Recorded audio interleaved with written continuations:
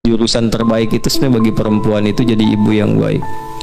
Kalau istri, istri yang baik. Kalau anak, anak yang baik.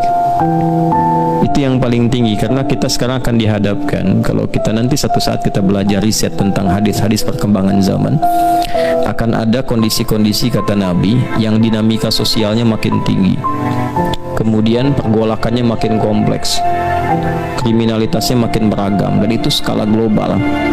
Saat-saat demikian dibutuhkan pendampingan-pendampingan yang kuat, minimal supaya bisa mencegah dari maksiat.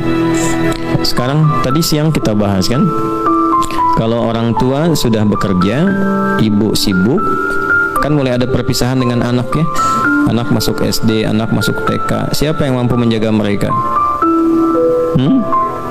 Kalau nggak dititipkan sama Allah, kita nggak bisa jamin disayang-sayang, diberikan pendidikan di rumah, tiba-tiba masuk sekolah dicipi makanan yang tidak tepat, bergaul dengan kawan yang salah, tiba-tiba masuk kampus dekat-dekat dengan orang-orang yang bergaul dengan sesuatu yang dilarang, narkoba kah, tawuran kah, macam-macam kah.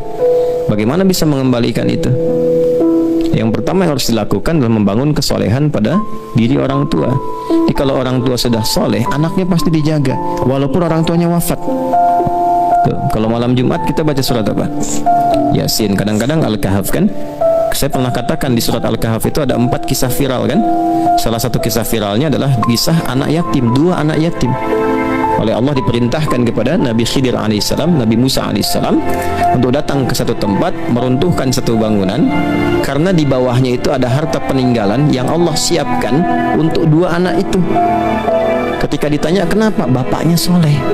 Ternyata kesolehan bapak, kesolehan ibu itu berpengaruh pada masa depan anak. Dan anak-anak menjadi baik itu pada akhirnya yang pertama kali mesti soleh ibunya. Kenapa? Karena tugas ayah itu nanti akan ada tugas di luar untuk mencari nafkah, sedangkan ibu banyak waktunya di dalam. Dan hubungan anak dengan ibu itu lebih kuat tersambung dibandingkan ayah dengan anak.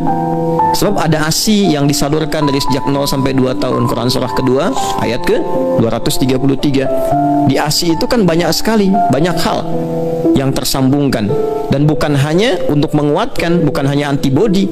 Setelah diriset dari pakar-pakar bahkan di Eropa, itu akan ada hubungan-hubungan yang tidak secara langsung terasakan tapi terikat gitu. Makanya kalau anak masukkan ke pesantren, yang nangis pertama ibunya, gitu kan? Pertama yakin, sehari sebelum masuk udah nangis, pikir-pikir dulu, gitu kan?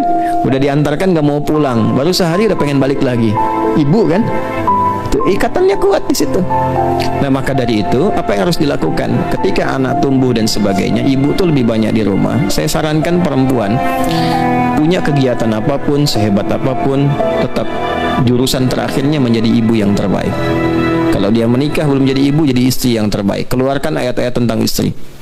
Kalau dia belum menikah, jadi anak yang baik. Keluarkan ayat-ayat bakti pada kedua orang tua. Itu yang